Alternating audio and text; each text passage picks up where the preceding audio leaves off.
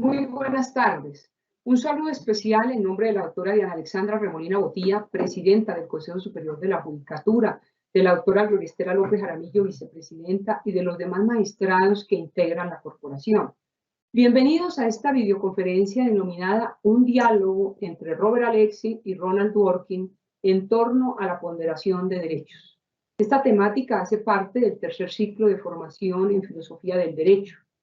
Una de las ideas más importantes de la teoría del derecho, tanto en el mundo anglosajón como en el continental, es que los ordenamientos jurídicos no están compuestos solamente por normas entendidas como reglas, sino también de principios. Diferencia importante más aún cuando es el juez el encargado de resolver la colisión de derechos que se presenta habitualmente en la práctica judicial. La ponderación ha sido adoptada por el sistema judicial como una solución al choque entre principios y de su buen uso se generará una coherencia jurisprudencial. En el día de hoy tenemos el honor de contar con la presencia del doctor Jorge Ricardo Palomares García, quien es abogado de la Universidad Santo Tomás, especialista en conducción y gerencia de instituciones públicas de la Universidad Nacional del Litoral de Argentina, magíster de la Universidad Konstanz de Alemania y doctorando de la misma institución. Se ha desempeñado como docente investigador de diversas universidades en programas de pregrado y posgrado nacionales e internacionales. El doctor Palomares es políglota, es investigador senior en conciencias y actualmente se desempeña como asesor de la Corte Constitucional. Tan pronto finalice la exposición, nuestro formador, el doctor Jorge Ricardo Palomares, dará respuesta a algunas de las preguntas que ustedes tengan a bien formular a través del chat de participación. Es un gusto tenerlo con nosotros, doctor Jorge Ricardo Palomares García. Bienvenido, tiene usted el uso de la palabra. Un cordial saludo al Consejo Superior de la Judicatura, en especial a la doctora Diana Alexandra Remolina Botía, presidenta de esta corporación. También quisiera agradecer enormemente la presentación que ha hecho la doctora Marilucero Novoa y extenderle mi saludo, así como a la Escuela Judicial Rodrigo Lara Bonilla, y agradecer también la presencia de quienes nos acompañan hoy en esta pequeña charla que quisiera compartir con ustedes. Yo les hablaré hoy de un tema que es importante en el derecho constitucional colombiano y quizás también en la teoría constitucional, y este es la ponderación. Pero hoy el enfoque no será como lo hemos visto en otras ocasiones, donde nos acercamos primero a la fórmula y luego descubrimos las complicaciones teóricas que ella tiene, sino que empezaremos por una pregunta de fundamentación que me parece más delicada. Por eso quisiera compartir con ustedes en estos momentos unas diapositivas y a partir de ellas ir charlando con ustedes. Como les mencioné, el tema que quisiera abordar yo es un diálogo entre Robert Alexy y Ronald Dworkin en torno a la ponderación de derechos. Y este tema me parece quizás importante porque hay una pregunta preliminar que nosotros debemos reflexionar en el derecho colombiano, y es cómo pensamos que otros autores de otros ordenamientos jurídicos pueden ayudarnos a construir comunidad política desde la construcción de sentencias constitucionales, en especial cómo ellos nos pueden ayudar a construir razonamientos constitucionales en un mundo en el cual nos encontramos ante un fenómeno de globalización del derecho, entendido como un flujo universal de preguntas, y a su vez por una pregunta esencial de cómo ayudarnos en un contexto en donde Colombia, en estos ya casi 30 años de constitución, aún se pregunta por su identidad constitucional y política. En ese sentido, si nosotros reflexionamos este tema, podríamos pensar que hay dos preguntas esenciales que podríamos plantearnos. La primera es cómo dialoga la Corte Constitucional con autores y cómo este diálogo determina la identidad constitucional colombiana. Mientras que la segunda pregunta que podríamos plantearnos es si puede establecerse un diálogo entre Alexis y Dworkin en torno a la ponderación. Quisiera yo hacer un par de aclaraciones en torno a estas preguntas. Y estas aclaraciones las iré desarrollando poco a poco en la estructura de mi presentación, en la cual les ofrezco que abordemos 3 puntos. El primer punto es entender qué significa el diálogo interpretativo, especialmente un diálogo en lo que podríamos llamar las sociedades democráticas. Un segundo punto que es cómo nosotros dialogamos en torno a la ponderación. Y un tercer punto que es cómo o qué podemos aprender de este diálogo, en especial por un tema que me parece fundamental, que es la cuestión por la felicidad. Ya cuando veamos nosotros un poco este análisis en torno a la ponderación, nos daremos cuenta que hay un punto esencial, y ese punto esencial no es, curiosamente, de carácter normativo, como solemos creerlo, sino que tiene un trasfondo ético y tiene un trasfondo moral que lo plantea de una manera muy interesante Ronald Dworkin, y es la búsqueda o la pregunta por la felicidad. Hecha esta breve introducción, entonces les invito a que me acompañen con esta presentación. Lo primero que nosotros tenemos que pensar es qué debemos entender por diálogo interpretativo, y para ello nosotros debemos reflexionar lo siguiente. Si leemos gran parte de la literatura constitucional contemporánea, ella se ha centrado en la pregunta de la Corte Constitucional o del Tribunal Constitucional y cómo éste puede configurarse en un sujeto o en una institución contramayoritaria.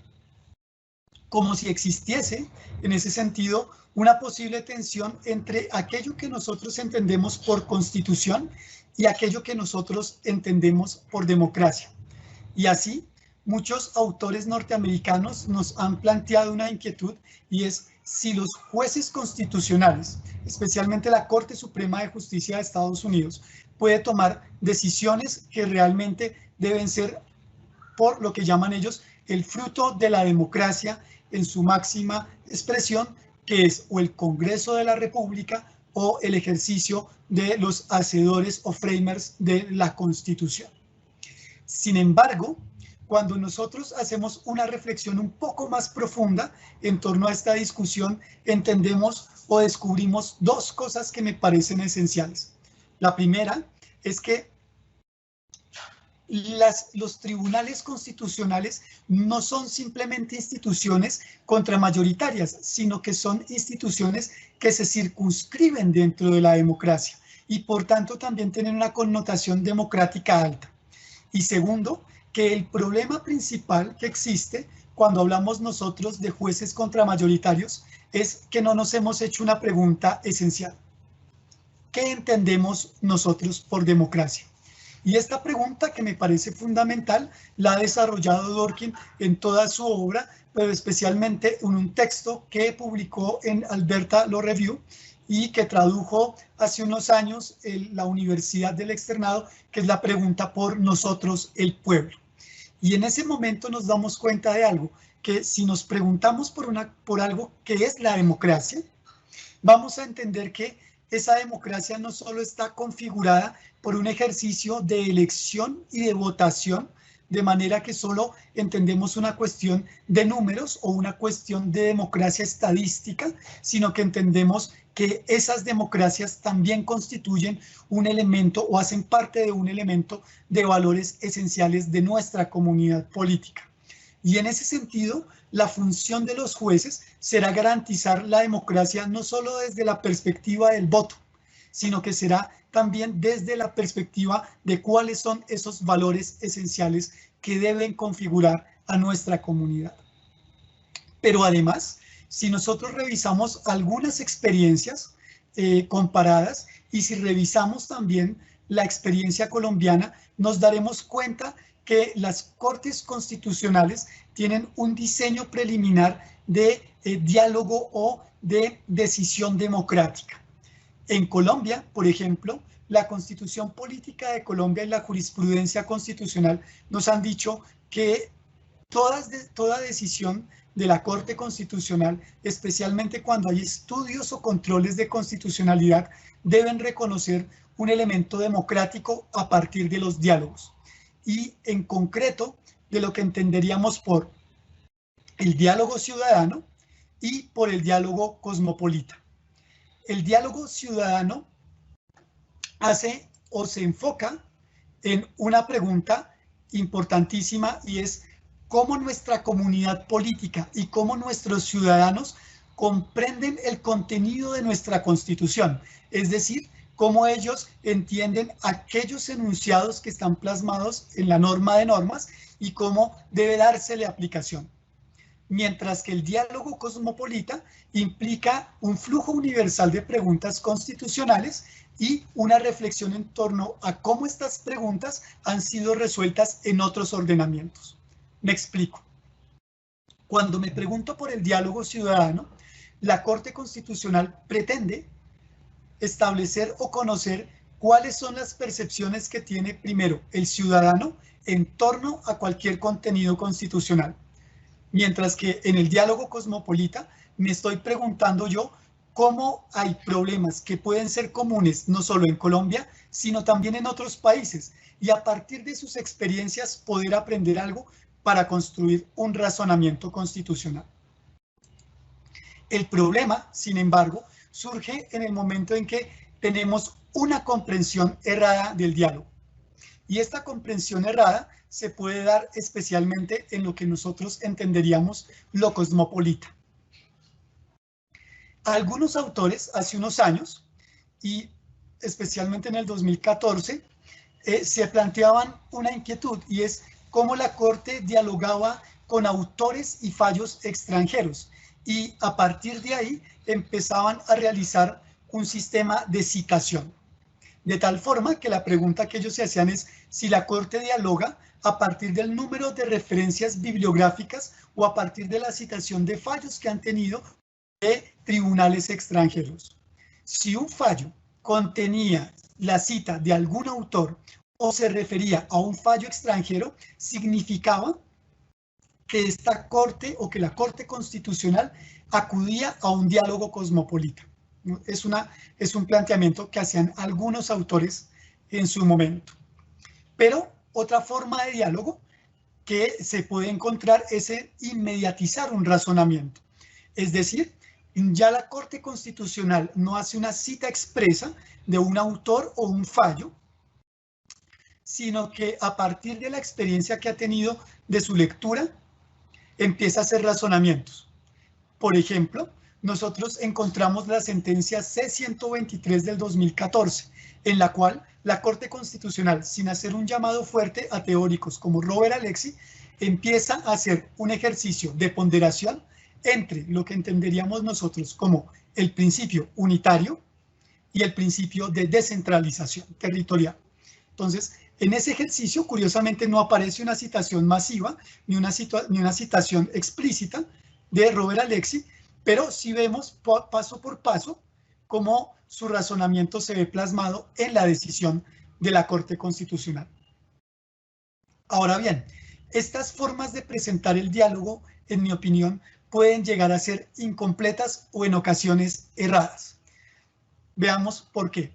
Si yo quisiera simplemente decir que la Corte Constitucional entabla un diálogo cosmopolita y un diálogo que le permite entender sus mismas normas constitucionales, podríamos decir que ha existido un diálogo nutrido entre varios autores, en especial entre Ronald Dworkin, a quien podemos verlo en la sentencia C-355 del 2006, y con un aporte importantísimo sobre el aborto y su justificación, o en la sentencia de tutela 515 del 2012, en donde se habla de un ascenso justificativo y de una prioridad local para empezar a hablar sobre temas de derechos sociales, en especial de seguridad social.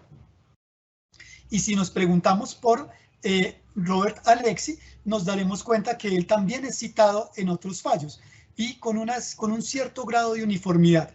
Por ejemplo, en la sentencia C022 de 1996, vemos que la Corte, para dar forma a su argumentación, invoca el problema de la igualdad y el rigor lógico que se debe tener en cuenta, a partir de la teoría de Robert Alexy. En la sentencia T597 del 2007 nos habla sobre la necesidad de fundamentar lógicamente una decisión de acuerdo a las reflexiones que plantea este autor alemán, y en la sentencia C054 del 2016 nos habla de las etapas de interpretación. Etapas de interpretación que nos permiten a nosotros comprender un poco cómo debe entenderse, por ejemplo, la interpretación gramatical en el Código Civil colombiano. Y en esa medida nosotros podríamos llegar a una conclusión. Podríamos decir, efectivamente la Corte Constitucional ha construido un diálogo, bien porque cita unos párrafos que son pertinentes, o bien porque de una u otra manera los temas que se están trabajando son temas que también han sido abordados por estos autores. Y en ese sentido hay un ejercicio aparente de reconocimiento. Sin embargo, aquí es donde yo tendría que plantear una inquietud, y es el hecho de que estos autores hayan sido citados en las sentencias que les mencioné, ¿significa que la Corte construyó un diálogo cosmopolita efectivo? Y en ese sentido yo tendría que hacer una afirmación que es un poco dura, pero que realmente nos va a servir en adelante. No basta con que la Corte Constitucional haya leído a un autor y haya citado a ese autor con un cierto grado de precisión dentro de una decisión judicial, pues la lectura no es solo ese proceso, es un proceso en el cual nosotros debemos entender que existe algo que se llama la obra. Y cuando mencionamos la obra es lo siguiente: ¿qué ha pensado el autor a través de todas las reflexiones que él ha planteado? De tal manera que en principio nos vamos a enfrentar a un problema, y es que si solo hemos leído un texto de un autor, no habremos captado su obra. Y en ese sentido, como lo planteo en la diapositiva, llego a una afirmación, y es que una lectura que no comprende la obra de un autor, entendido no solo como un texto, sino entendido como todo el conjunto de su pensar, o que tiene una mera referencia doctrinaria, que es lo que pensaríamos en las reflexiones de paso o los dichos de paso, no significa en sí mismo que haya un diálogo. Significa que conocemos la existencia de un autor, que ese autor nos ha comentado algo, pero que no nos hemos puesto a dialogar con él. Y en ese sentido, la pregunta que podrían plantearme en estos momentos es: ¿y qué deberíamos entender entonces nosotros por diálogo? Y aquí yo les propongo lo siguiente.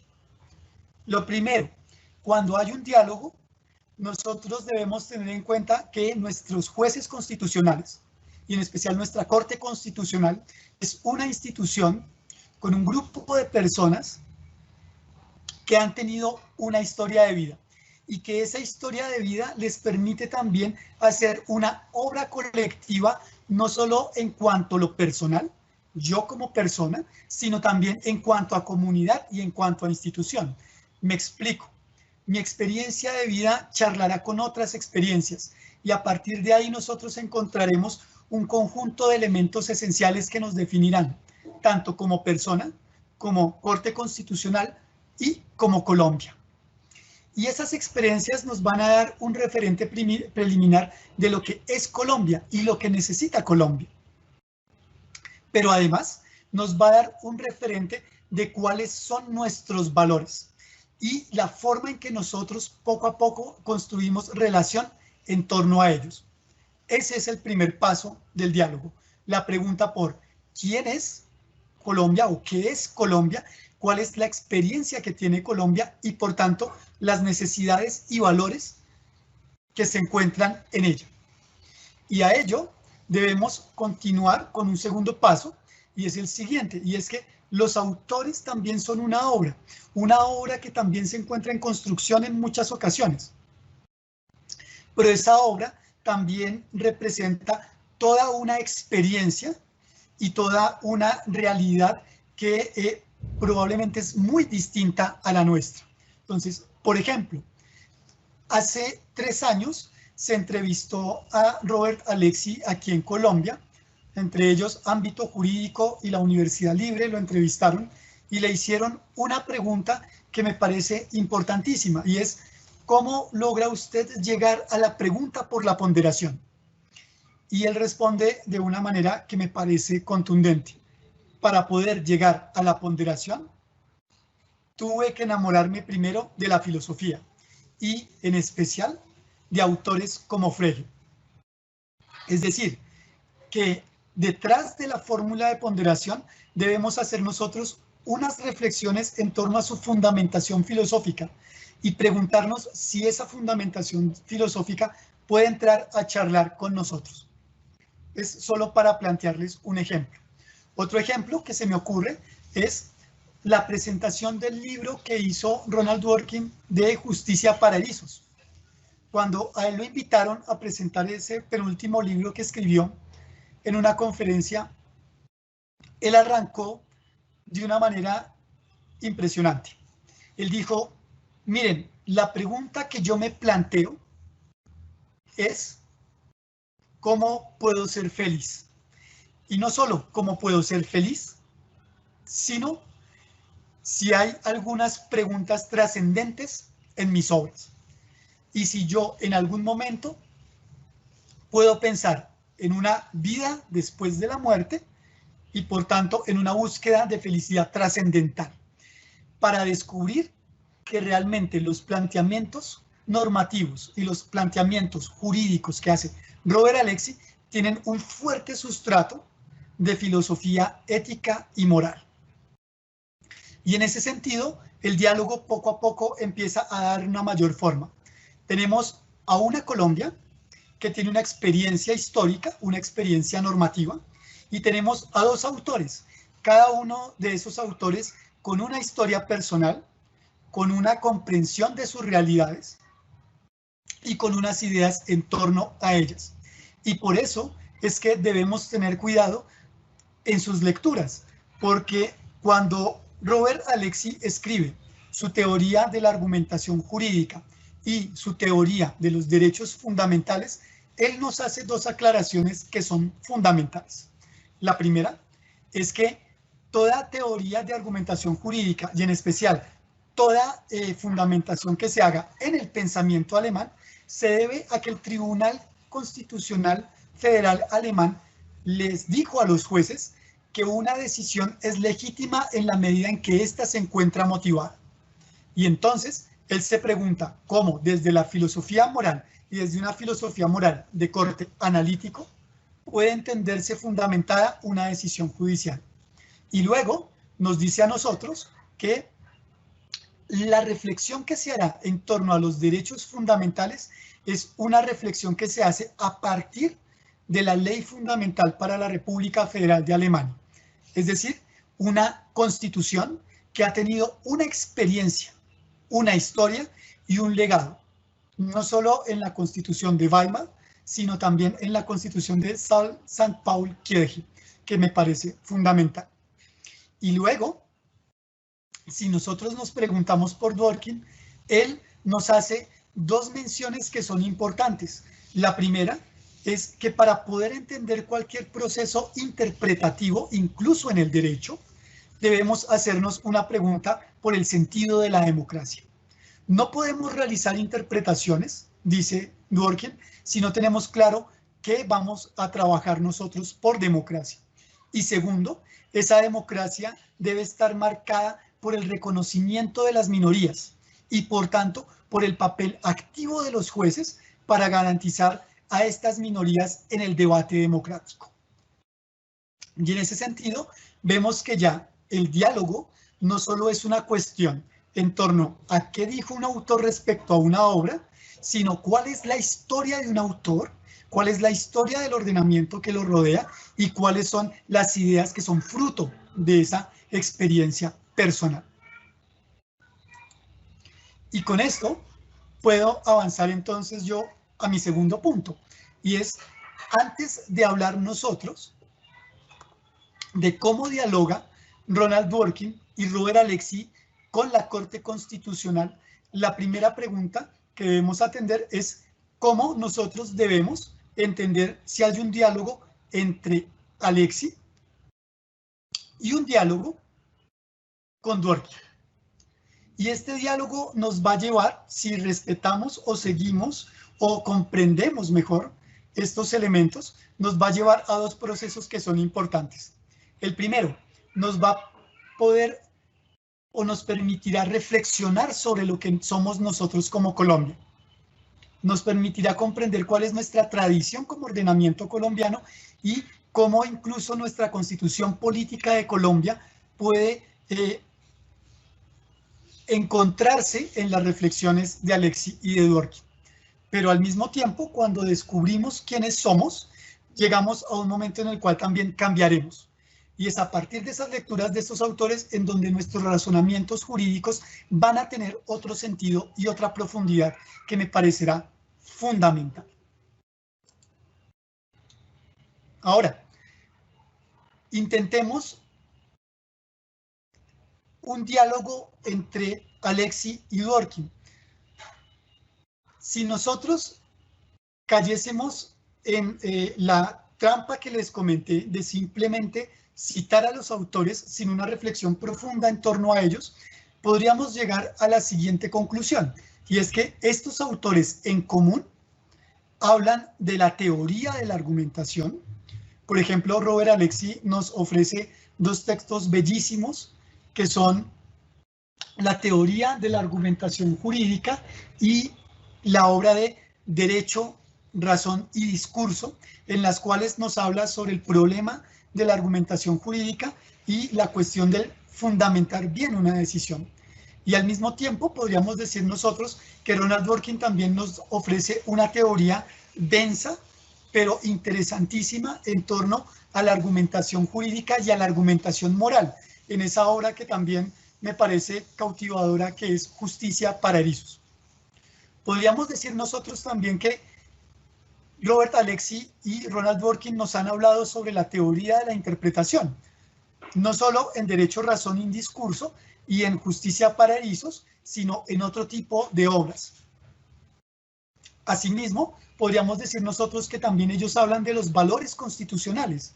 Hay un capítulo dedicado en la teoría de los derechos fundamentales a la pregunta ¿por qué es un valor constitucional? Y en la teoría moral de Ronald Dworkin nos damos cuenta nosotros que su pregunta siempre gira en torno a qué es un valor y cómo ese valor puede darnos un juicio sobre nuestro hacer. Y finalmente podríamos decir nosotros que tanto el uno como el otro nos hablan de dignidad humana. Robert Alexy, en un texto que escribió en el 2015 para la revista de Ashtad o El Estado, en el cual se pregunta por la ponderabilidad de la dignidad humana, y Ronald Dworkin en dos textos que perdón, soy reiterativo con ello, me parecen lindísimos y son Justicia para Erizos y Religión sin Dios. Y en ese sentido, una persona desprevenida podría decir, perfecto, estos dos autores nos hablan de todos estos temas, significa que hay unos puentes de comunicación entre ellos y que hablan prácticamente en la misma sintonía. Sin embargo, esto no es del todo cierto. Los términos que se emplean son próximos, son cercanos, pero los enfoques y las fundamentaciones son totalmente diferentes. Y en ese sentido, una lectura desprevenida podría llegar a afirmar que estos autores tienen un consenso sobre temas que, en mi opinión, no los tienen. Entre ellos, la ponderación. Entonces, si vemos que son dos autores distintos y que, a pesar de emplear términos similares, es probable que sus contextos sean diferentes, la pregunta que debemos plantearnos es, bueno, ¿y cómo construimos dicho diálogo? Nosotros podríamos pensar de la siguiente manera. La primera es que si leemos el texto de Derechos Fundamentales de Alexy, nos damos cuenta que él hace una mención a Ronald Dworkin cuando hace la distinción entre reglas y principios. Y dice, yo tengo un planteamiento un tanto similar en cuanto a la distinción de reglas y principios, como lo hace Ronald Dworkin en su libro Los derechos en serio. Pero realmente, el debate que plantea Robert Alexy en su teoría de derechos fundamentales no es con Ronald Dworkin, que es donde quizás me llama la atención, sino que es con Miula. Y en Miula, él se está preguntando sobre las dimensiones que debe tener un derecho fundamental. Y por otra parte, nosotros nos damos cuenta que en los derechos en serio, Dworkin establece un diálogo con Hart, pero es un diálogo interesante, porque la mayoría de autores o la mayoría de personas con las que he tenido la oportunidad de charlar dicen que el diálogo es en torno a si hay un juez que puede decidirlo todo o un juez que debe tener un referente hacia una norma con zonas grises, cuando en realidad en el texto de los derechos en serio, Dworkin hace una afirmación poderosa. Mi diálogo con Hart es porque encuentro en él una de las personas que ha logrado fundamentar una teoría de la moral. No solo una cuestión del derecho, sino una teoría de la moral. Y luego, en su Justicia para erizos, Dworkin decide entablar, entre otros autores, un diálogo directo con John Rawls y un planteamiento muy interesante en el cual se cuestiona cómo es posible fijar los valores esenciales de una comunidad. Y entonces, en ese sentido, nosotros podríamos empezar a hacer una reflexión, y es que si nosotros logramos encontrar un punto de fundamentación moral, tanto en Alexy como en Dworkin, quizás podamos entablar nosotros un diálogo entre ellos. De lo contrario, estaríamos hablando con términos similares, pero digámoslo en dos frecuencias diferentes. Y entonces, ¿cómo podemos construir ese diálogo? ¿O cómo podemos encontrar esa sintonía? La respuesta nos la da Ronald Dworkin. Él, en su propuesta de teoría moral y de argumentación de la moral desde la moral, nos ha dicho que existen algunas corrientes filosóficas, entre ellas las que están ligadas con la teoría del lenguaje, que pueden clasificarse como una especie de escepticismo externo, en el cual no puede existir un valor moral universal, sino que lo que habrá serán expresiones de deseos, temores o ideas, y esas ideas pasarán por un proceso de lenguaje o un juego de lenguaje.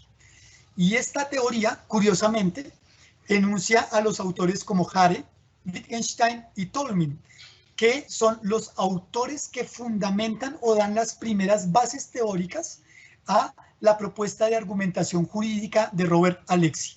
Es decir, Robert Alexy, antes de poder hacer una propuesta de cómo fundamentar una decisión judicial, lo que se plantea es cuáles son las bases morales de dicha argumentación. Y en ese momento encontramos que hay un diálogo indirecto entre estos dos autores. Y un diálogo indirecto en que se verá en cómo estos dos perciben la pregunta por lo moral. Y al preguntarse por lo moral, necesariamente tendremos que preguntarnos nosotros por lo jurídico. Y en ese sentido, cuando Dworkin empieza a reflexionar en torno a esta fundamentación moral, él nos lleva a plantearnos dos preguntas que son importantes. La primera, si los derechos fundamentales pueden ser entendidos como valores, mientras que la segunda es si estos derechos fundamentales los entendemos como valores, ¿los podremos ponderar? Y aquí es donde viene la parte quizás interesante de este diálogo en torno a la ponderación. Aquí pongo una gráfica, entonces ustedes dirán que es una gráfica un poco rupestre, un poco, digamos, arcaica, pero bueno, espero que sirva para poder ilustrar lo que plantea Ronald Dworkin. Ronald Dworkin dice que los valores son aquello que marcan a la comunidad política. Y esa comunidad política traducirá esos valores en los contenidos esenciales de la Constitución. En otras palabras, toda comunidad política, la colombiana, la norteamericana, la alemana, han tenido una experiencia en su historia personal y colectiva que les lleva a preguntarse por aquello que es valioso. Y ese aquello que es valioso lo van a traducir en mandatos constitucionales. Mandatos constitucionales que nosotros podemos entender perfectamente como principios. Pero, dice Ronald Dworkin, estos valores son valores que se encuentran conectados en una especie de red. Y por eso Ronald Dworkin dice, yo no hablo de un valor individual, sino que planteo una red de valores que define a la comunidad. Y esa red de valores tiene en cierto sentido un grado de jerarquía. ¿Por qué? Porque esa jerarquía nos dirá a nosotros qué es más importante qué. Y por eso en la gráfica les planteo un punto rojo, que quizás es el eje de la red de valores de Dworkin, unos puntos que lo circundan, que son los puntos morados y diremos son importantes, pero siempre tendrán una referencia hacia el punto central, y otros puntos que son un azul distinto que tendrán otro significado. Y en ese sentido Ronald Dworkin ya hace un planteamiento que me parece durísimo. Es importante tener en cuenta que cuando nosotros tomamos decisiones pensando en nuestra red de valores y en una red jerarquizada de valores, de tal manera que siempre nosotros nos preguntaremos por algo que es más importante que, y no en una situación caso a caso, sino en un sentido de construcción colectiva y de identidad de la comunidad política. Y entonces él dice, si esto es así, entonces no tendría cabida la ponderación dentro de una reflexión constitucional. Tendríamos que preguntarnos qué es lo importante. Y no solo eso, sino si eso importante puede ser afectado a través de una justificación fuerte, que es lo que plantea Ronald Dworkin en su texto de Justicia para Erizos. Pero, dice él, no podrá ser ponderable, porque significa que ya no estoy hablando de una red jerarquizada de valores, sino que estaría hablando de algo que él llama y es el desiderato. Y esto lo puedo plantear de una forma muy sencilla. Yo puedo desear o puedo elegir entre el deseo de comerme un brownie con helado o un volcán de chocolate, pero no puedo decidir, no puedo ponderar entre qué valores que constituyen mi comunidad son más importantes. Por ejemplo, la libertad de expresión, entre otros. Y en ese sentido, la conclusión preliminar a la que llega Ronald Dworkin es que la ponderación se predica de los desideratos y no de los valores. Y por tanto, habrá que construir otra reflexión en torno a cómo nosotros interpretamos las normas jurídicas. Mientras que Alexis nos plantea en su texto también bellísimo de la teoría de los derechos fundamentales una pregunta que me parece importante. Y él dice, cuando leemos nosotros el fallo Liud, en él el Tribunal Federal Constitucional nos dice que los valores, que los derechos fundamentales son un orden objetivo de valores. Y Robert Alexis dice lo siguiente, para mí es muy difícil entender un derecho fundamental como valor, porque el valor me permite a mí juzgar lo que es bello, no lo que es óptimo. A mí el valor me permite juzgar como bueno o malo, justo o injusto, o lo mejor, pero no me permite a mí juzgar lo óptimo. Entonces, ¿cómo puedo entender yo la afirmación del Tribunal Federal Constitucional alemán cuando éste dice que los derechos fundamentales son un orden objetivo de valores? Y en ese sentido, él dice que los derechos tienen dos dimensiones. Ahí corrijo en estos momentos mi diapositiva. La primera dimensión es lo normativo, mientras que la segunda es lo axiológico. En el normativo hablamos nosotros de derechos fundamentales tipo principio, mientras que en la dimensión axiológica, hablamos de derechos fundamentales entendidos como un valor que nos debe llevar hacia lo constitucional o lo inconstitucional. Pero al ser parte del derecho fundamental, estos pueden ser sometidos a ponderación. Y entonces descubrimos dos cosas importantes. En la jurisprudencia colombiana estamos citando a dos autores que, a pesar de hablar de temas comunes, tienen reflexiones en torno al derecho totalmente distintas. Y entonces la pregunta que nosotros debemos hacer es cómo podremos en algún momento conciliar esas dos posturas que parecen, en mi opinión, tan diversas. Entonces, aquí reitero nuevamente la pregunta que nos falta a nosotros, porque si se dan cuenta solo hemos hablado entre el diálogo, o una introducción al diálogo entre Alexis y Dorquin. La siguiente pregunta que debemos hacernos es ¿y cómo dialogamos nosotros? ¿Cómo planteamos nosotros esa discusión? Y en ese sentido, nosotros debemos hacer una pregunta preliminar y es ¿cuál es la experiencia colombiana? ¿Qué fue lo que vivió Colombia al momento de construir la Constitución Política de Colombia? ¿Y qué es lo que vamos a entender nosotros por valores?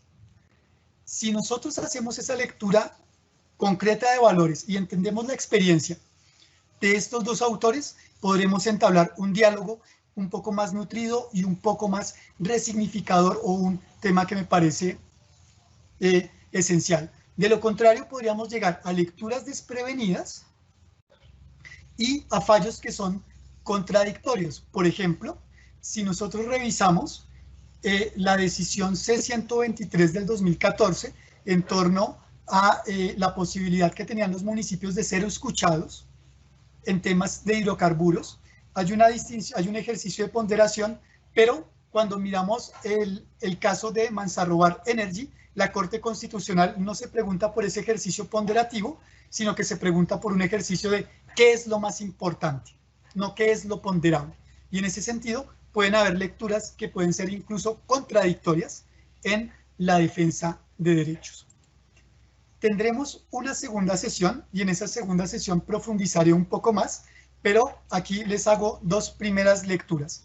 Si nosotros pensamos que Colombia tiene un conjunto de valores definidos bajo una reflexión durkheimiana, si se quiere decir así, encontraremos que existe una red, y esa red nos dirá que los innegociables o los importantes en nuestra Constitución son la dignidad humana, la solidaridad y por tanto los derechos sociales y los derechos individuales.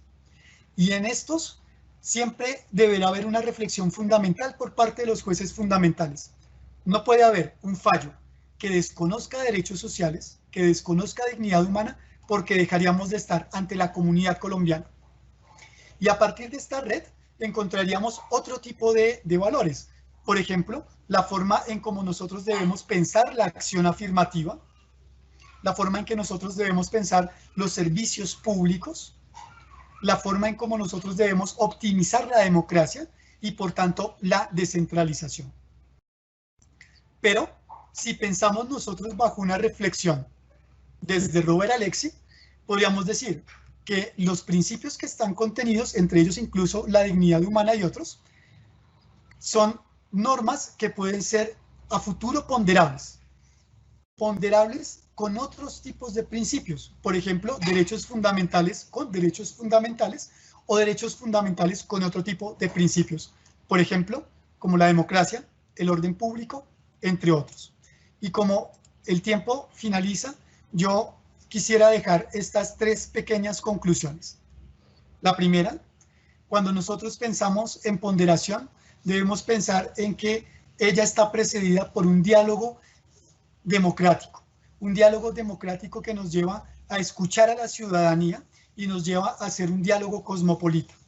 Pero segundo, este diálogo, tanto ciudadano como cosmopolita, debe ser un diálogo consciente, en el sentido en que debemos tener claro o debemos preguntarnos por nuestras experiencias como personas, nuestras experiencias como comunidad y las obras que hemos construido a partir de ellas. Tercero, que ese diálogo nos puede permitir a nosotros llegar a una resignificación importante en torno a la garantía de derechos fundamentales. Yo les agradezco mucho estos pocos minutos, o muchos. Los invito en una próxima sesión que tendremos a continuar sobre unas reflexiones un poco más detalladas en torno a la ponderación y estos dos autores, y espero que las ideas que he querido compartir con ustedes hayan o tengan un fruto en sus investigaciones. Mil y mil gracias. A usted, apreciado doctor Jorge Ricardo Palomares, muchas gracias por tan clara, diáfana disertación acerca de estos dos grandes autores tan importantes para la construcción coherente de la argumentación judicial. Primera pregunta, doctor Palomares, ¿cuál es el papel de la ponderación en la construcción de precedentes? La ponderación tiene una labor fundamental, y es que ella nos permite entender que, si lo pensamos desde la teoría de Robert Alexy, esta nos va a definir un conjunto de casos en los cuales la Corte Constitucional preferirá, ojo, preferirá, no jerarquizará ni prevalecerá, sino preferirá la garantía de un derecho fundamental en torno a otro. Y a partir de ahí podemos construir lo que podríamos llamar un balanceo constitucional o un razonamiento que perdura en el tiempo. Y ese razonamiento nos permitiría entender cómo se concretan derechos fundamentales. Digamos, en términos muy sencillos. En términos de Ronald Dworkin, por el contrario, la ponderación no tendría cabida. Tendríamos que preguntarnos por ejemplo, ¿cuán valioso es la libertad de expresión para nosotros? ¿Y hasta qué punto debemos defenderla? O quizás una pregunta que me parece aún más interesante: ¿cuál es el papel o cuál es la importancia que tienen las comunidades indígenas, las comunidades afrodescendientes o los grupos minoritarios, y por qué debemos entenderlos como valiosos y defenderlos con nuestra Constitución? Muy bien, doctor Jorge Ricardo. Siguiente pregunta. ¿Cuáles serían los valores innegociables por parte de la Corte Constitucional? Esa pregunta me parece interesante. Yo diría lo siguiente: cuando uno lee las gacetas de la Asamblea Nacional Constituyente, hay una frase que me marcó muchísimo, y es que los colombianos no hemos encontrado la felicidad por falta de derechos. Y en ese sentido, lo que quería pensar la Asamblea en esos momentos es que no solo basta con un catálogo de derechos fundamentales, sino que es necesario también entender que hay un elemento, y es la democracia, y una democracia que le permita la participación real al ciudadano, pero al mismo tiempo una democracia que reconozca al otro, a lo diverso, y por tanto una democracia que sea plural.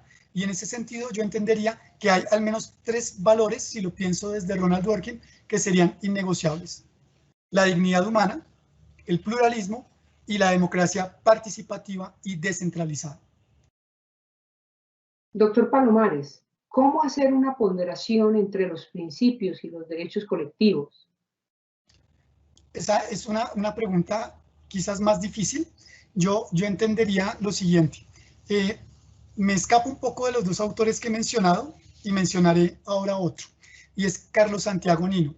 Carlos Santiago Nino hizo un escrito pequeño sobre los derechos sociales, y en él comentó algo, y es que hay un error en pensar que los derechos sociales son de una naturaleza totalmente distinta a los derechos fundamentales.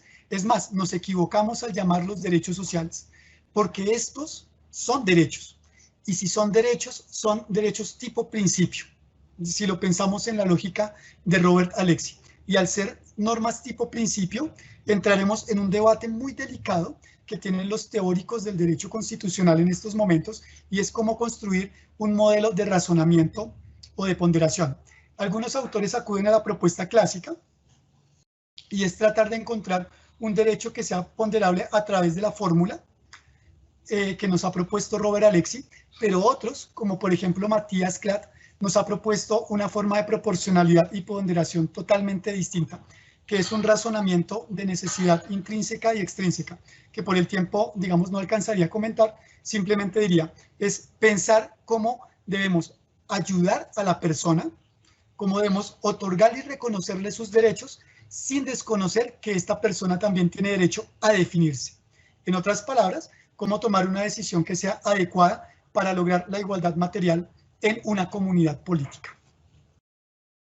Nuestro agradecimiento especial al doctor Jorge Ricardo Palomares García por su clara, didáctica y muy explicativa exposición sobre la distinción de la ponderación a partir del pensamiento de Robert Alexy y Roland Dworkin, distinción sumamente importante en la construcción de las decisiones judiciales debido a que son nuestros jueces y magistrados y magistradas quienes a partir de la resolución de los casos crean precedentes jurisprudenciales que poseerán una fuerza normativa en las decisiones adoptadas por los jueces, lo que implica sin duda una coherencia en la solución y aplicación de la dogmática jurídica, porque de lo contrario la jurisprudencia chocaría entre sí y generaría una inseguridad jurídica entre la administración de justicia y las pretensiones de los ciudadanos. Un agradecimiento especial a todos los servidores y servidoras judiciales que se han conectado a esta videoconferencia, así como a todas las personas que de una u otra manera articulan el sector justicia y se han interesado en esta capacitación. Desde luego a nuestros colaboradores de la Escuela Judicial, un agradecimiento también.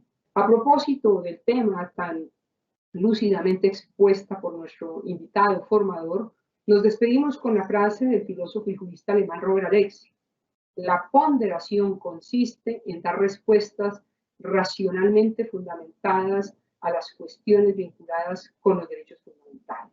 Una feliz tarde para todos y para todas. Muchas gracias.